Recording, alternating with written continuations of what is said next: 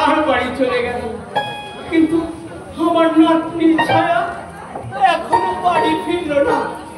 এদিকে এদিকে বিকেল গড়িয়ে সন্ধ্যে হয়ে গেল। ছায়া,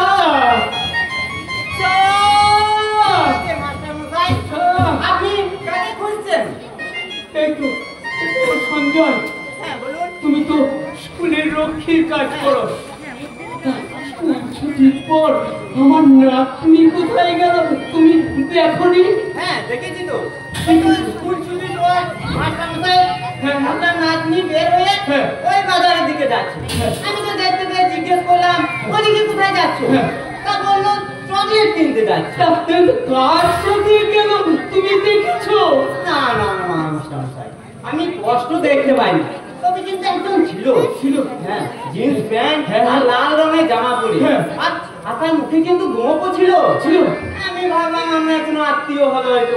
না না না সঞ্জয়, আমার কোনো আত্মীয় আসেনি। আমি ভাবতেই পারছি না এই আদর্শ নগর বালিকা বিদ্যালয় থেকে এত ছাত্রী নিখোঁজ হয়ে গেল। কার এত বড় সাহস এ কাজ করার? যে স্কুলের সেক্রেটারি স্বয়ং দাদা সাহেব। কি হয়েছে মাস্টার সাহেব? আমি কাকে খুঁজছেন?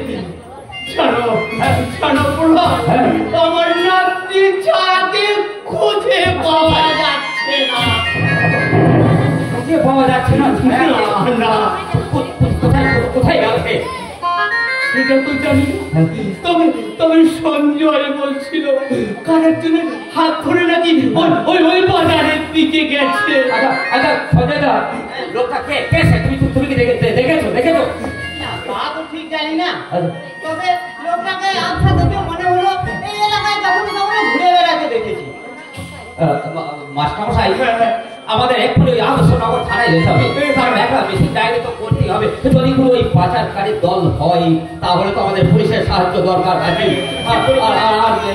সঞ্জয় দা, তুমি যখন ব্যাপারটা দেখেছো তুমি আমার সাথে চলো থানায়।